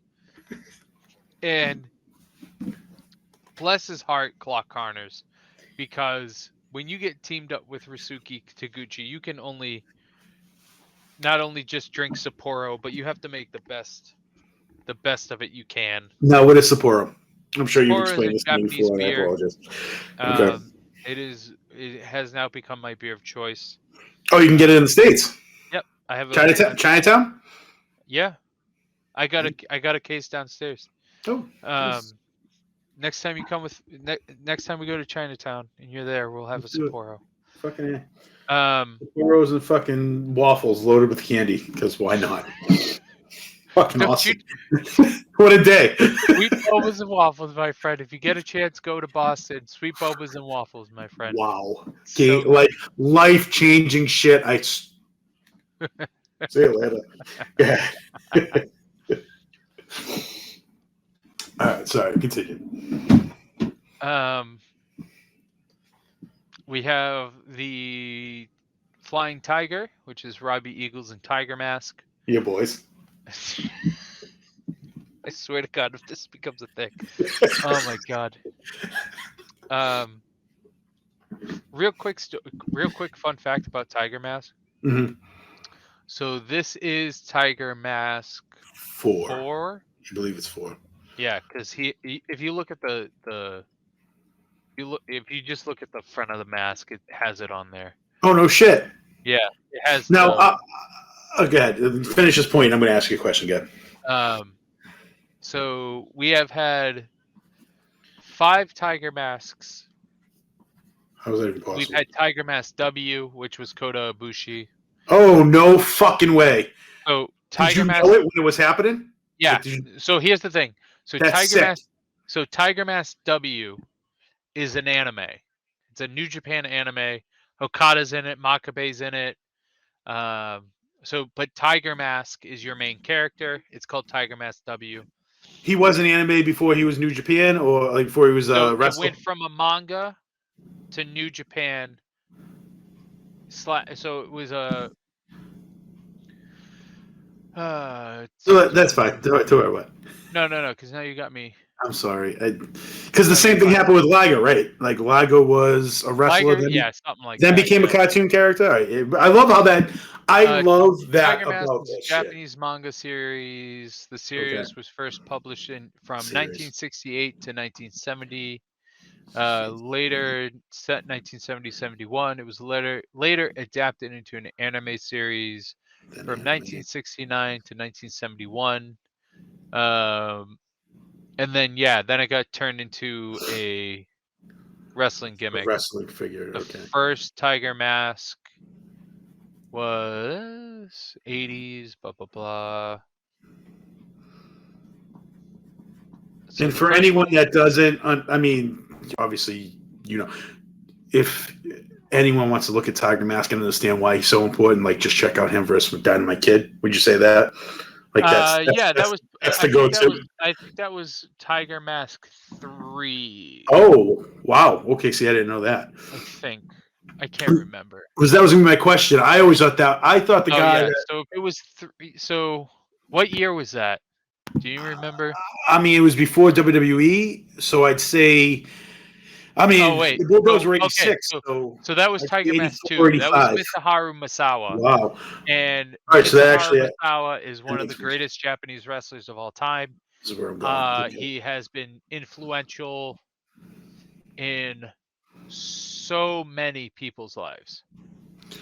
Mitsuharu Misawa is one of the gods of professional wrestling, Wow. and This is the guy. This was two. Tiger Mask this is 2. Tiger Mask 2. So I don't feel as stupid as what the And like question is supposed to ask. he, like Eddie Kingston wrestled. I think he wrestled John Moxley in Gear as a tribute to Misawa. Oh, Eddie Kingston wrestled in Tiger Mask 2 gear. No. He Was it? wrestled in Misawa gear, Misawa gear. but Okay. Misawa was Tiger Mask 2. Okay, I see what you're saying. As I say, yeah, that makes more sense. Okay. So Tiger Mask W Back to that. Yeah. was Kota Ibushi. Kota Ibushi. The anime came out in 2016.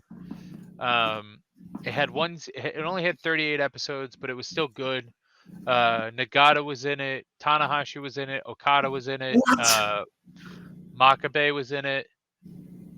So at that year's Wrestle Kingdom, they had Tiger Mask W take on his rival.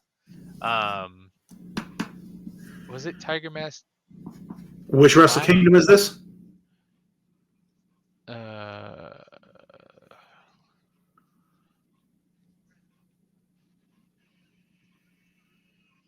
Hold on. That's okay.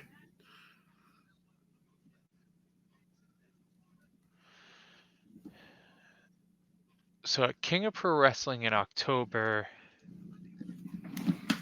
we had Kazuchi.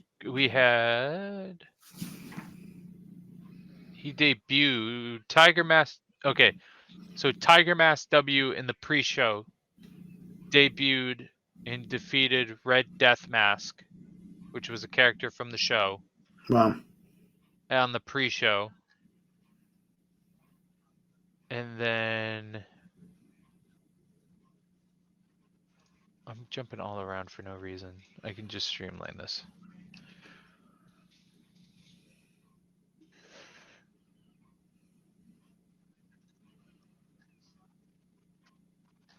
Oh, don't do that to me, you son of a bitch. I just want Tiger Mask W. Oh my god. Hold on. Can I? Here we go. Submit. Okay. So On a dark match, he wrestled Tiger Mask. Okay, so Tiger Mask W debuted in October of 2016. Wrestle Kingdom 11, he defeats Tiger the Dark, which was ACH. Oh, wow. And then Tiger Mask W and Tiger Mask team up. And then to defeat Gato and Okada. Then Jeez. Okada wrestles Tiger Mask W. Wow. And they go on the 40th, 5th anniversary show. They go 27 minutes. Fuck yeah. And then Bullet Club beats Tiger Mask W, Makabe, and Nagata at Sakura Genesis. Bullet Club being Chase big. Owens, Tamatonga, Tongaloa, and Yujiro Takahashi. And then Hiroshi Tanahashi, Juice Robinson, Ricochet, Risuke Taguchi, and Tiger Mask W beat Los Ingobernables de Japón, which was Bushi, Evil, Hiromu Takahashi, Sanada, and Naito. Jesus Christ. Then Tiger Mask W, and Toge Makabe defeat Jushin Thunder Liger, Manu Nakanishi, and Yuji Nagata. And then the last match for Tiger Mask W, it was Tiger Mask W, Toge Makabe, Yuji Nagata defeating Tenkoji, which was Hiroshi Tenzan, and Satoshi Kojima, Jushin Thunder Liger, and Manu Nakanishi. And that was all in 2017. Damn.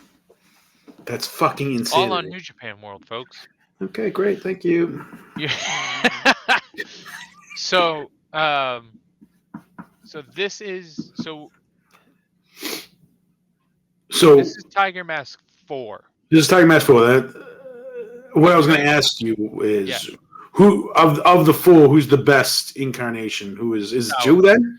Oh, because I always assumed it was just 1. That was just my.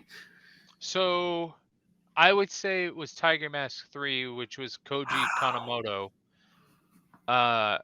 Because that was like prime Tiger Mask. Because that was like the first set of like Best of the Super Juniors. Okay. When like Eddie Guerrero, that one in like '96, right? Yeah. Everyone So just fucking okay. Like 94. Yeah. Okay. Like that 94 to so Koji Kanemoto becomes the 3rd Tiger Mask in March of '92. Kanemoto.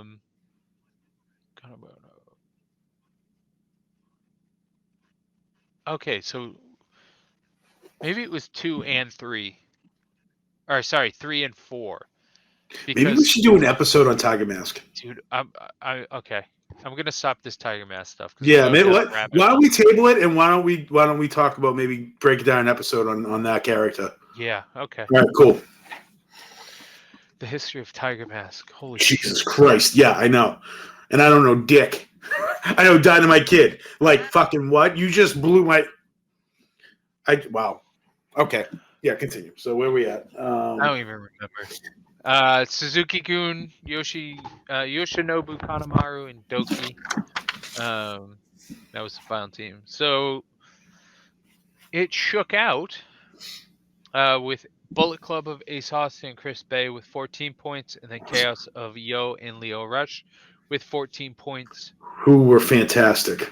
Leo Rush is... I had them both at 12, so I wasn't too far off with either of them. Yeah, I had United Empire winning. Me too. I wasn't completely sold on it, but there was no other team. I was like, it wasn't like Aussie Open where it was like this team's clear cut. It was clear cut. I wanted Ace and Bay, obviously, just because I'm partial to those guys. And honestly, the only reason I didn't is because I'm like, they're not going to let Impact guys win this. Like, right. So but Ace Austin is just getting this wild fucking exposure this year, and I was just more happy to see that than anything else. And now to see where they're at the end of this tournament for both these guys, but more importantly, Ace Austin, Bay's awesome too. But so my thought was going into this, my thought was that I had a few thoughts. I was like, Austin and Bay are gonna have a good showing, but they're not. They're Impact guys, so I don't think they're Same. gonna win the tag league. They're gonna have a good showing, but they're not gonna be in the finals. Same. I was like, Yo and Leo Rush are they're gonna have a great showing because for some reason New Japan's high on Leo Rush and Seems that Yo, and I don't like either of them. I like Leo when he's on. If Leo Rush is on and he wants to come and he wants to play, he's a very special talent. You just gotta he's gonna stay on fucking track, and it seems like that's his hardest problem. But like anything he's ever done when he's been on, even in WWE, man, like who was he with for a quick second? Like he was someone's mouthpiece. He was Lash's mouthpiece, and he was doing an awesome job. Yeah. My thing is with him is just I like CWC too. He was killing it. Very good. my thing with Leo is he almost feels like a wide receiver. He almost feels like Odell Beckham Jr. where or Terrell Owens or Randy Moss, where it's like He lets his ego. Best in the world. His ego but is his biggest the weakness. second you stop feeding them or stop treating them how they think they should be treated, Yeah, or that's what it feels like too. upset them in any way, they're like, go fuck yourself. Yeah, I'm gonna go do this, and you're like, dude, you're under contract, and you're like, I'm gonna go do this. yeah. So you know what I mean, so and that the thing is like, you know your own self-worth, know what your value is, and go be somewhere that wants to treat you that way. Stay in your lane. But at the same time, a lot of the times, if you're not in a certain spot, there's a reason for it, whether it's your fault or not. Yeah. So it's like you can only get so mad. Like anyone mad at WWE post or pre this current regime, I'm that's no fault of your own. When it comes to Leo in AEW, I feel like there was just a miscommunication, Mm-hmm. and it was just like I actually forgot he was there for a second. Everyone did, but he also got hurt and was dealing with personal issues, so I don't fully blame his attitude on that. Agreed. It's just a perception I have of him. It has nothing to do with his in-ring ability. He's fantastic in the ring. His just character doesn't do it for me, so I just never really invest in him. And Yo is a walking pile of wet Wonder Bread, so like he just like I saw a picture of him and Leo from the World Tag League press conference that just took place yesterday or the day before, and I was like, oh, so you hung out with the cool cousin, and the cool cousin went to get clothes, and you wanted to get the same clothes or just as cool clothes as him, so you could look as cool as him. That's not your style. That's just what you wanted to do. Gotcha. Okay, I get it. I've been there. Gotcha. Like it's just like Got it. They're using Leo Rush to benefit Yo, and I don't know or think it's going to happen that way. Okay. Fair enough. Fair assessment. But everybody else, New Japan's high on Yo. I don't understand it, but whatever. Kushida and Kevin Knight got fucked. What did they end up with? 4 points. What, dude? Didn't he get fucked 10. in the Super Juniors too, Kushida? Like no, he wasn't in Super Juniors this year. He G1 came back right after. Was he in the G1? Nope. He when he came back, he said, "I'm not jumping to heavyweight." Wow. Yeah. So that man, what the fuck are they doing? I know. I don't know anything about Kevin Knight, but Kushida deserves more than that. So here's the thing was, when I saw the pairing, I was like, they got 4 points, so they ended up only winning 2 matches. I was like, Kushida's good for 2 to 3, maybe 4 wins by himself. Yeah, So I had him at 10. you at least have they're at least getting 6, 8. I was like 10. What did I have them at? I had them at 10. Yeah. I was just like, there's no way you're doing that to Kushida. This is Kushida. This is your golden boy. This is his big return to the Super Juniors. Like, you're not gonna do him dirty like that. And then they shoved his face into the mud and did him that dirty. Um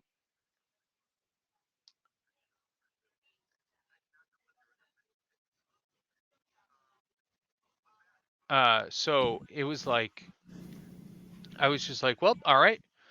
That's that. I was like, are you punishing Kushida for leaving or what are you doing here? Something, right? Um so I was like, all right, if okay, because like they beat Eagles and Mask, they beat Show and Togo, but you lost to Kanemaru and like it was one of those things where I'm like, you could have used this to elevate somebody. Like even if you give them 8 to 10 points, you could have used this to elevate somebody. So use it to elevate somebody, and then they went, no, we're good. I'm Yeah, like, okay. I get that. And I've never been high on Kushida. I just know how he's viewed in Japan's eyes. So I was like, oh, okay. But they fucked him. That was that like What would you say the point total was? 4. Jesus Christ. Right. That's what I'm saying. Like I was fairly spot on with World Tag League. You were too outside of Bishamon, Yeah, but I like was in the ballpark. More than I thought I'd be. but like this is almost egregious what you did.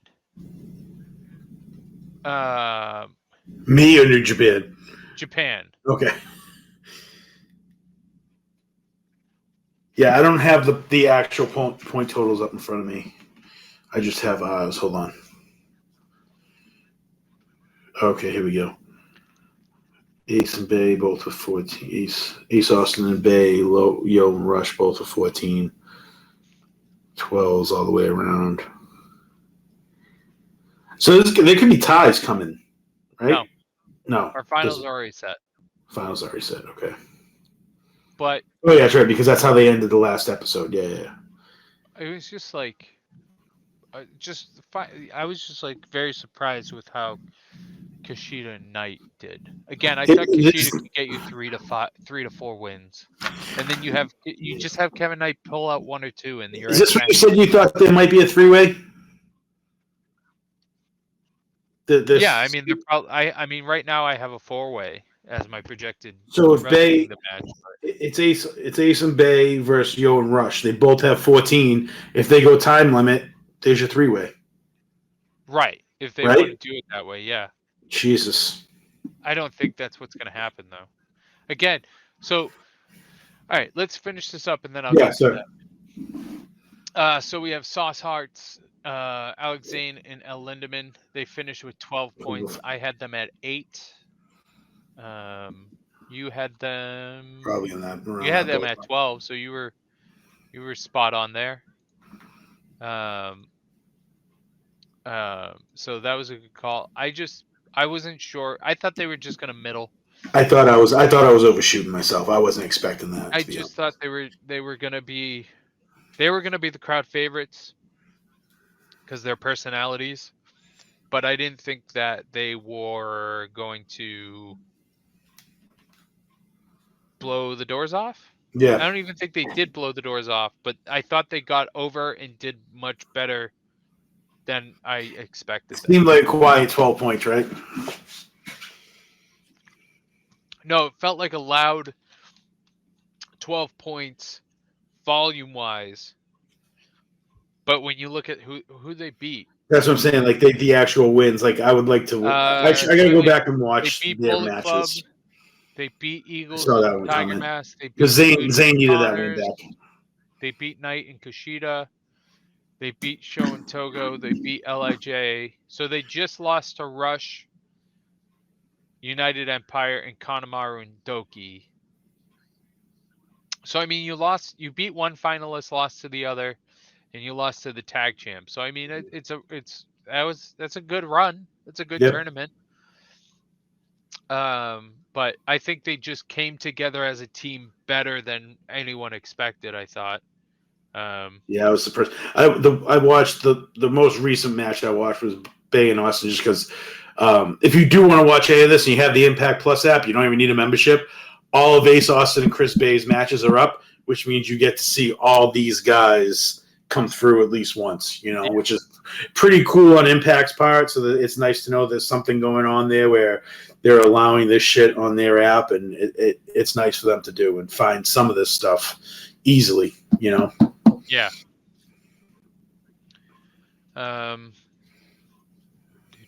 House of Torture, Sho and Dick Togo. I had them at 8 points with a ceiling of 10, floor of 0 points. They ended with 4. So I was a little bit more generous. I just thought I thought they were going to be the best of the lower half of the bracket. Mm-hmm. That's the only reason I got to 8, really, because I figured 3 wins off the bottom of the barrel and then one kind of win to get a keep somebody out of the finals.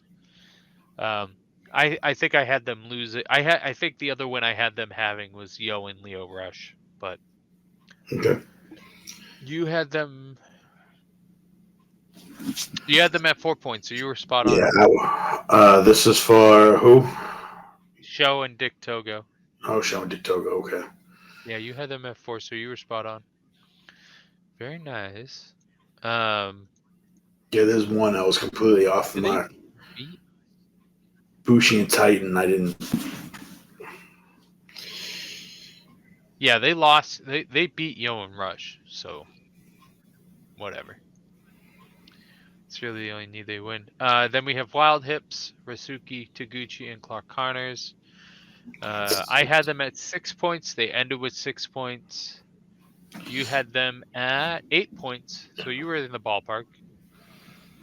This team was another one that, just like Alex Zane and Lindemann, they were just crowd favorites. The crowd Yeah. loves Taguchi. As much as I hate him, the crowd loves Taguchi, and anyone you pair with him is going to do very well. And I'm glad they put Clark Connors with him, Me though I'd too. rather see Clark Connors move up to the heavyweights. I see that. I think he did very well. They both did. And like we said this about him, and I think it was Super Juniors. Like, or yeah, it must have been Super Juniors. It's like anytime he gets a spot, man, he makes the best of it. Yep, him and Alex Zane both. Yeah. I will say, seeing Taguchi come out with the hat and the jacket dressed as Clark Connors was kind of funny. Yes. When they came out, yeah, I know what you're talking about. So that was good. It's pretty good. Flying Eagles, we have Tiger Mask and Robbie Eagles. I had them at 6 points. They ended with 4. I probably had them a lot higher than that. I had them at 12. You had them at 12? 12 is way too much. Ooh, my guy. I don't know why I did that. I know I mean, like Tiger Mask and all, but Robbie, I should never give Robbie Eagles. I don't care who the fuck he's attached to. He can be tagging with Liger, and I shouldn't give them fucking 12. Like that alone, you're like -6. I mean, they're former IWGP Tag Team Champions, so I mean, who isn't? But and we're gonna talk about this in a little bit. Their wins are who they beat. They beat Kanemaru and Doki, and they beat Sho and Togo. So their wins are not impressive at all. So never mind what I was gonna say.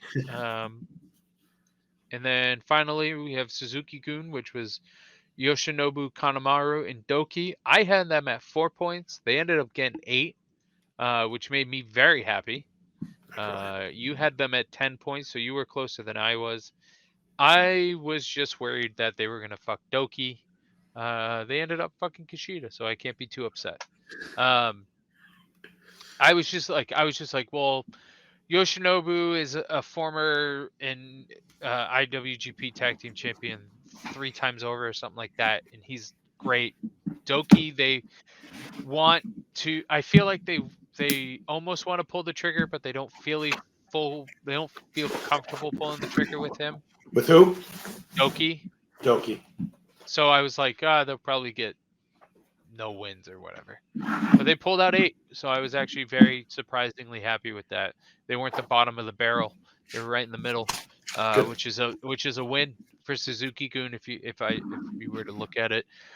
So that sets up our finals, being Chaos of Leo Rush and Yo taking on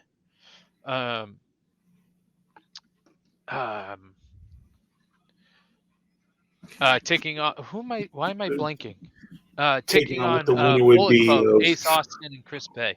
or Leo Rush and did that match already happen? No, the finals The is finals is right. Leo Rush and Yo versus Bullet Club. Yeah, and the winner of that goes on to Face United Empire. TJP and Akira. Yep. So here's the thing: is that I think Chaos is winning. I think that we had a very impressive showing from Bullet Club, but I feel like it would cost that. So for them to, here's part of my logic: for Bullet Club to win, they would have to stay with New Japan, essentially for the rest of the year. Wow. For the rest of the month of December, and at least the first half to full week of January. Oh, okay, I thought you meant the years in 2023. All right, so that's not too bad. No, it's like, now that I said it, no, it's not too bad at all. But I And not think, for nothing, they're giving them the Bullet Club name to go over to Impact with. So, I mean, that's kind of enough already to say that, so like, it's 2 you're shows. proud So of the us, right? thing is, so we have a show the 22nd and the 23rd, Mm. and then Wrestle Kingdom on the 4th. Oh, and then something else is Hard to Kill is happening too. I don't know if that's going to play a part in this. If any of that's going to, I should look into that. But Hard to Kill is happening at some point, I think early January as well. I don't know what that card looks like yet, though. No Surrender. Hard to Kill is the 13th of January, January. right? They have TV tapings. You get it right. Oh, they had TV tapings earlier. So they're going to be off TV. So they're at least off TV for a while. Do they have them on the Hard to Kill card? I don't think so. Oh, I they mean, they still got a way to go before that. They weren't at the They still got a month. Okay. They weren't at the taping, so I don't believe so. Well, they weren't. Because I'm assuming these tapings would go into Hard to Kill. Right. So, yeah, that makes sense. So you know what? Maybe who beat? Okay, so Bay and Austin beat AJP and Akira over the tournament.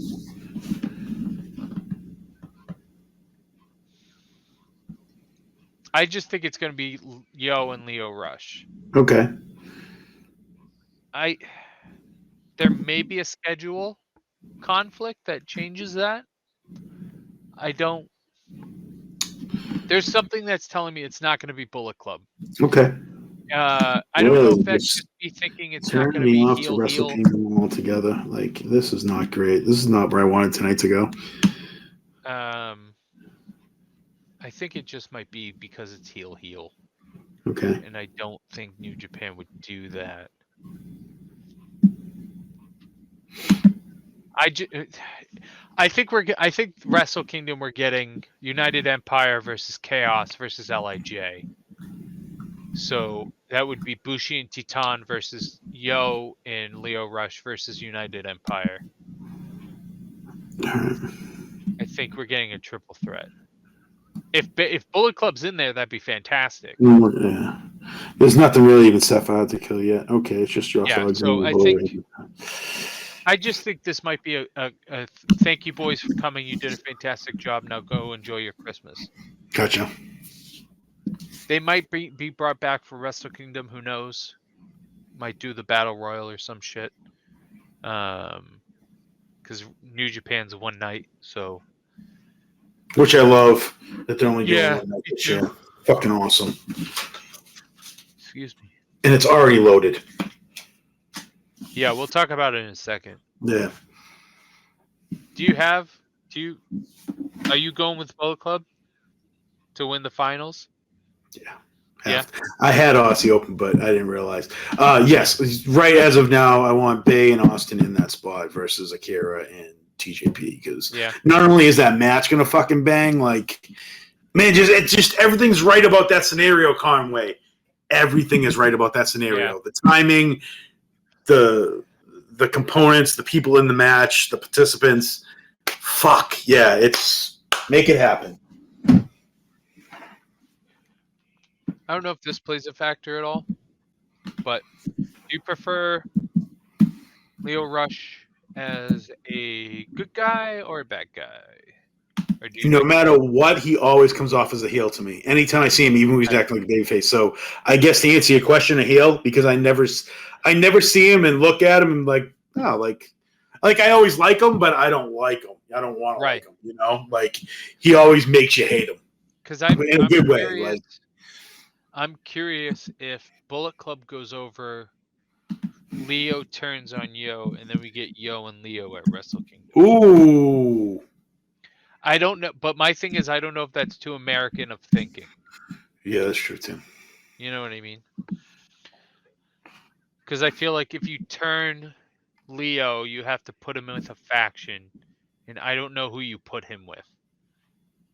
So Minoru Suzuki did say all speculation is that Minoru was saying that somebody's going to join Suzuki Gun tomorrow. Okay. No one knows who it is. There's a few speculations because there's a few talent leaving All Japan, but nobody knows who's joining Suzuki Gun, if anybody. So, with that being said, we have talked about both finals, and let's preview the show overall. So we have a tag match. We have Kosei Fujita and Ryohei Aiwa taking on Sauce Hearts of Alex Zane and El Lindemann. I'm going to hear you here and say that we're both going with Sauce Hearts. Yeah, absolutely. I'm bringing it up now, actually, but go ahead. Then we have Kevin Knight and Kushida taking on TMDK. I will go with TMDK. Know it. All right, and then we have Flying Tiger and teaming with Alex Coughlin and Gabriel Kidd, taking on United Empire of Aaron Hanare, Francesco Akira, Great Khan, and TJP. Throw up your crowns, boys, because it's going to be United Empire. You agree with that, Tom? I'm sorry. I don't know if you can see me. Yeah, throw on. Yeah, let's do it. Okay, there you go. Yeah, sorry. Then we have Suzuki Gun of Doki, Lance Archer, Minoru Suzuki, and Yoshinobu Kanemaru taking on House of Torture of Dick Togo, Evil Show, and Yujiro Takahashi. I have Suzuki Gun going there because I think whoever joins them will be revealed during that match. I want Archer and Suzuki. Yeah. Okay. So then we have Wild Hips of Clark Connors and Risuke Taguchi teaming with the Bebop tag team of Hiroshi Tanahashi and Toru Yano, taking on Los Ingobernables de Japón of Bushi, Sanada, Tetsuya Naito, and Titan. As much as I would like Wild Hips and the Bebop tag team to win because I think it's just a fun team, I think it's going to be Lij. You're probably right, but I'm going with my boy Clock Hunters. That's All fair. day. All day, every day. We have a 6-man tag. We have Kazuchika Okada, Master Wato, Ooh. Tama Tonga Oh, boy. taking on Bullet What? Club of Gato, Jay White, and Taichi Ishimori. Holy shit.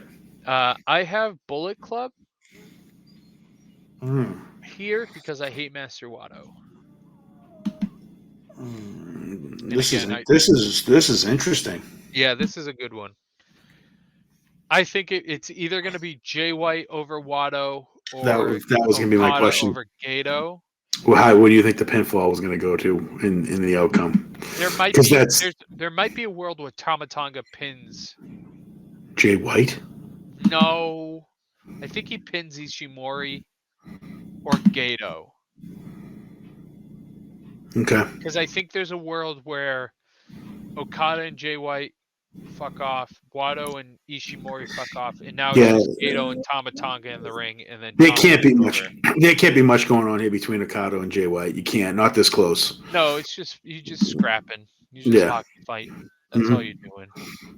Yeah, And you then gotta we leave have that shit the alone. Never Openweight Championship title match. This match was supposed to happen at Battle Autumn, but WWE reared its ugly head.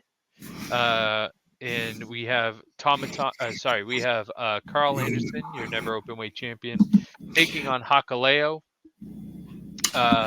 I have Carl Anderson winning. I know Hakaleo was built very well, taking down Yujiro Takahashi in 28 seconds, but I just think through dirt sheets and through the opponent being Hakaleo, I don't see Carl Anderson losing here. So the opponent being Hakaleo, 100%, and this kind of got mentioned on Raw last night too. Did it really? So they stopped AJ and Kyle. Oh, sorry, Gallows in the back. The little fucking shush, please. Chad Wow. Gable. Jesus Christ, thank you. And anyway, he's like, oh, where's your buddy? He's like, hey, he's over in Japan taking care of some business right now. He's like, but they love you guys in Japan. He goes, you guys are over there. They love it. The whole shush, please. And I'm like, whoa, like what the fuck? So oh wow. WWE let you know that Kyle Anderson's taking care of business over in Japan, which, I mean, they're fucking around. Who knows what all that means, but it's the first time that's been brought up on television, which blew my mind. So if they're bluffing and they're trying to scare other people, great. Or if something's about to go down, even better. But they got me locked in now. So speculation is that Carl Anderson will win, and then he will be the first ever WWE contracted superstar to appear and wrestle at Wrestle Kingdom. Holy smokes! And so he has to win this to get to Wrestle Kingdom. Yep. Because all titles will be defended at Wrestle Kingdom. So I'm picking Carl Anderson. I don't think. Here's the thing: take WWE out of it. He's not losing to Hakaleo. Oh, I didn't know that. He's not losing to Hakaleo. There's just one thing that really throws a curveball into that whole line of thinking. But that's Sasha Banks. If she's gonna if anyone's breaking the barrier, it's her, not Kyle Anderson, even though it fucking should be. She's not contracted by WWE. Yep. What's more important if WWE was to make that final connection, who's more important to them in that situation? Carl Anderson. Wow, really? And you know I'm not a huge Sasha fan, but to the story, yeah. But that's Here's the thing: is Sasha Banks the bigger star than Carl Anderson in America? Yes. In Japan, maybe. Here's the thing, though: is that Carl Anderson's history with New Japan? He makes the most sense. He's you couldn't write this any better. I get it. He's arguably the most successful gaijin in New Japan history. Like, I want to see it. He's top 5 at least, because you still have Kenny, you have Ospreay, you have. He's so important. He's the most integral part to everything going on right now. Yes, and he deserves it. He does as much like him or hate him. If there's someone that deserves to be that person who's actually going to mend that fence, it should be Kyle Anderson. He was 0.1 second. He was 0.01 seconds away from being the first Gaijin to win the G1 climax. Like, he got closer than arguably anyone else till Kenny Omega won it. So, like, I just think don't get me wrong. Sasha Banks is showing up at Wrestle Kingdom to challenge Kairi for March or February or whenever they come back to the States. That's happening. Okay. But if you tell me that, if you ask me like you just did, who's more important to the relationship of New Japan and WWE, it's Carl Anderson, because A, Carl Anderson's under contract right now with WWE, and B, his history with New Japan is stronger, and C, I don't know if Sasha Banks is ever going to sign a WWE contract again. Because everything you read, which is take with 20 grains of salt, is she wants nothing to do with that company, regardless of who's in charge. If she signs with New Japan, what do you see for her, other than the whole what you just said with Kyrie? So because I'm going to tell you something right now. A buddy of mine said something to me last night, and it kind of blew my skull. And I want to see where you're at with this. So before I throw it out, that guy. So my feeling and understanding is that her and New Japan were in talks, or her and Stardom, and then they couldn't meet on money because she was asking for way more than they were available. They were allowed to give her. You work for WWE or a Disney movie, like well, think about her mindset of what money is. Like, she might not even have a comprehension of. So, but here's okay. You know what I mean? Here's my thing when it comes to the money. Yes, as much as I say this, I mean it. Make your money when you can make it. 100%. But understand that not everybody can pay what you want to be paid. Okay. You have to be able to I don't think negotiate's the right word or bargain's the right word, but but here's the thing. If you go, hey New Japan, hey Stardom, hey Bushido Road, whoever's handling it, because Bushido Road is the parent company of Stardom and New Japan. If you go, hey, I want 1.5 million, and they go, hey, hit the road because we're not paying that. That's not they don't want you. That's you're asking an exorbitant amount of money that arguably no one is getting paid that. Right. Because supposedly she's going to get paid more than Jericho got paid, but I don't even know how much I don't remember if Jericho's getting paid from AEW or from Japan. From Japan when he did his tour of Japan. I forget what he got paid. I don't even know if the number came out. Yeah, I never look at numbers because I never believe them ever. But no, but the thing is, it's just like, Sasha, you've been clamoring, you've been whining, you have a chance to. You've done everything in your power to tell people you want to wrestle for New Japan, and now, or Stardom, and now you have your opportunity. And now you're going to waste it because you want more money. Like, what is it really? Is it the money, or do you want to wrestle for Stardom? Because to me, it sounds like you just want money. Which again, get money. But if you want to make a difference, make a difference. It's not even make a difference. Well, when I say that, I mean, like, she would.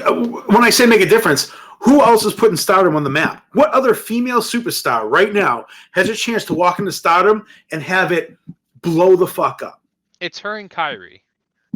But Kairi needed a better WWE career to do that. So when I say that, like, she might have to take a hit on the money to be like, everyone who thought I wasn't this, fucking watch me. And now watch what I take and do with Stardom. And it might not be that dollar amount, but at the end of the day, when the smoke fucking clears, you're going to get fucking paid. That's what I'm saying. That's my point.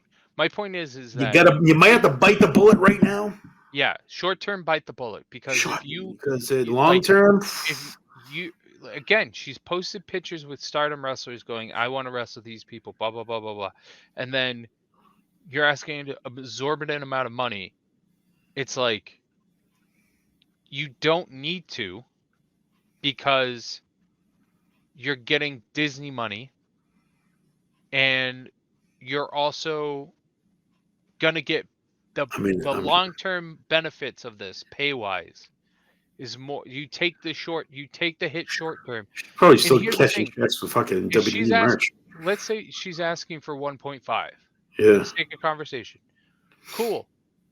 Take 750, take 5.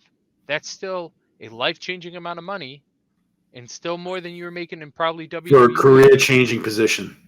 So, in that 5 or 7.5 are gonna put you at that 1.5 when you beat Kyrie probably for the IWGP Women's title, inevitably probably drop it to her, Julia, or Saya, and then you go back to WWE and you're getting paid Roman Reigns money. Or maybe not Roman Reigns money, but close to. No, because what she would do for I think you're right. I think she's that. What she could possibly do for herself right now could land her on the female side of. Yeah. But her attitude is she's acting like Charlotte. She's acting like Charlotte right now. Yeah, but okay. So where I was going with that is she kicks and screams a lot, and it is what it is. I don't think it's deserved, but that's just me. The more I'm starting to see how. Okay. Do you think there's any diplomatic here? So, Bullet Club, is there any chance? This is what my buddy ended up saying to me. She becomes like the first real meaningful female member of the Bullet Club. My buddy George said this to me last night, and it kind of fucking blew my skull. And then I thought of something else after he said it, which made me think why it might happen. But let's stop there first.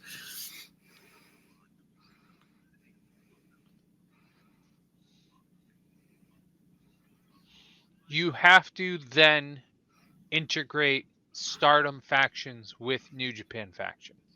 Okay. So my answer is no. Okay. Because I think that they are going to try to stay away from merging Stardom and New Japan in that way for as long as they can. Now I think that down the line you could see whatever Julia's faction is. Julia Hart? Huh? Julia Hart? Who are we talking about? Julia, the girl who teamed with Zack Sabre Jr. at his. Oh, okay. Sorry. Okay, gotcha. Historic X Over. Okay. Yes, I didn't watch the show. You could see her faction either becoming a subgroup or just turning into Suzuki-gun. Okay. Or you could see Starlight Kid's faction join Suzuki. You know what I'm saying? Like gotcha. you could see, I can see that crossover happening at some point, maybe 2 to 3 years down the line. But I think that even though the IWGP Women's title is not a Stardom title, it's a New Japan title, I think they don't want to muddy the too much. Gotcha. And I feel like the other thing too is, and this is a Japanese thing, not an American thing, is that factions are supporting each other at ringside. So if you have Sasha Banks join Bullet Club, then you'd have to have Bullet Club members at ringside for her matches. Right. Okay. And that's not happening. Like that cross. I mean, you're not going to have what Historic X was all about. But is this what Historic X was all about? Kind of mixing those worlds up a little bit where you see it more? Yeah, I didn't watch it, and shame on me, I should have. But so it was because now that you say that, it seems like an interesting timing for the Historic X. Historic X was more of a an official meeting, an official coming together. It's like a wedding. Think of Historic X of like a not a wedding, but a reception of a wedding. Gotcha. It was the two families intermingling Wow, I like that. before they go their separate ways again, Mm-hmm. and to only come back for certain holidays. Okay. So I think that if you have Kyrie join Chaos, then maybe you could have Sasha Banks join Bullet Club. My thing is that whoever you have at ringside, and if this sounds bad, I apologize. Whoever you have at ringside has to be the same gender, Understood. because you're not going to have Dick Togo, Sho, and Yujiro go beat up on Stardom wrestlers. But I see what you're saying about Kyrie. She's in it with her faction. So if this is just something that happens in their matches where the guys are on the outside of the females, then it kind of works. No, 100%. If Kyrie joins Chaos, then And Sasha yes, joins the Bullet Club. 100%, go for it. So now this is, I don't even know if I should mention this because now it sounds, something sounds in your head and you're like, oh, that kind of makes sense. And you say it out loud and you're like, why the fuck would I say that? Right. Like me. Okay. I'm going to say it anyway. So when Mia, she's not part of a stable right now. Who? Kyrie, which is probably one of the reasons she got the title. But anyway, sorry, continue on your point. So what my thinking is, if Sasha doesn't sign with WWE, she doesn't come back, right? There's probably a reason for it. Maybe there was something going on. I don't know the timing of all this, but when Mia Yim came back and joined the club, it seemed out of place. And I'm starting to wonder if maybe that was supposed to be Sasha's spot. Shit fell through, and she said, and maybe that was the big fuck you, like, okay, you want to act like this? We're going to show you what would have happened.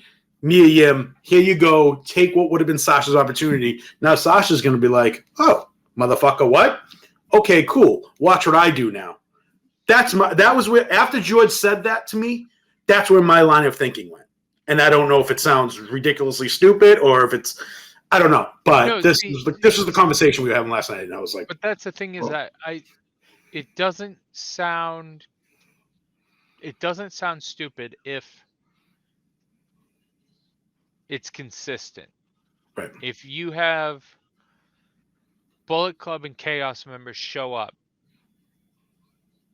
consistently with when they face each other, and you can still do your mixed tag matches because you did it fine at Historic X Over, then fine, because they're both unaffiliated. You can have them join whoever, and it makes sense in my brain for Kyrie to join Chaos. But that's my only feeling. That's how you get Sasha in Bullet Club. Okay. Because Kyrie's gonna have people. Is she gonna have people at the ring with her? Now that I said it, I don't know. Well, we don't. Who you're talking about, Kyrie? Yeah. Because we don't even know Sasha's wrestling. They're saying she's just appearing. We don't even know what her deal is, right? She might just call people up. I'm telling you right now, the plan is for her. If Sasha shows up, Kyrie goes over. Kyrie goes over Tom Nakano, and then Sasha Banks comes out, and then she challenge for. Yikes. That's fucking wild. Battle in the Valley 2023. Is that going to take place in California? That was out in LA last year, right? Yeah, it's going to be. It was fucking awesome too. That show was fantastic. So that's where like the Good Brothers and God actually mixed it up a little bit. Yeah, so that's where you get Sasha Banks versus Kyrie for the IWGP. Holy shit! I think they do it at the Coliseum too. I think they did it outside. I think they did it outside the Coliseum last year. CageMatch.net said the San Jose Civic Center. So. Oh, okay. Last year was outside of the. It was like in the front of the Coliseum, and it looked fucking awesome. It did, yeah. Yeah. But that's my feelings on that. Okay, cool. I love it, Conway. I love everything about what just happened there. Good. Let's go. Chaos versus Bullet Club. I have Chaos. You have Bullet Club, and then Aussie Open versus Bashaman, we both have Aussie Open. So that would leave FTR versus Aussie Open at Wrestle Kingdom, and then United Empire versus at least either Chaos or Bullet Club at Wrestle Kingdom for their respective tag titles. Yeah, so I got obviously Bay and Austin, and then I'm going Fletcher and Davis. Yeah, we both have Aussie Open. Yeah. Yeah, and then I guess Machine Gun beating up on Hekaleo. All right, let's do it. Yeah, I don't know who. I think Anderson loses to Tamatanga. Wow. At Wrestle Kingdom, but holy shit. Who knows? Who knows? Because that's the thing too, is like you can't. Man, there's so many moving parts right now. Here's the thing with, like, we're gonna get it into it because we're gonna do a Wrestle Kingdom preview show, but it's gonna be I don't think it's gonna be a clean fall with Carl Anderson and Tamatanga, and that's just me speculating that matchup. It just makes sense to me. But you can't not do Anderson versus. Yeah, I get that. It's the perfect way to finish everything off. Well, not, you know what I mean, but like if there's nothing else going on, this is really just Anderson's kind of swan song to New Japan. Wow, how do you not? You know? Yeah, you got to put Tamatanga over. Yeah. Whew. Yikes. We're in for it this January. No. Keep up to date. We'll be tweeting out what happens, I guess. I'll try to this tomorrow before work. Keep an eye on our Twitters, and unless you don't want me to say anything, I'm probably gonna watch it at work. I'm gonna. Okay, but if you want me to stay off it and you don't want to come across it, all right, cool. Go for it. All right, cool. All right, yeah. So if I am watching it live or at least early in the morning before I go to work, I'll tweet out what happens, and we'll see where we land for Wrestle Kingdom. Yep, we're on the last stop before Wrestle Kingdom. Choo choo. We got 2 shows, the 22nd and the 23rd, and then it's nothing but Wrestle Kingdom. So let's go. This is it. Let's go. Excited. One day we will broadcast from the Tokyo Dome. One day. One day. All right. Enjoy your night, Tom. Get home. You too, brother. I've been at work all day. Oh, man. I'll talk to you later. I'll be there. Bye. Peace.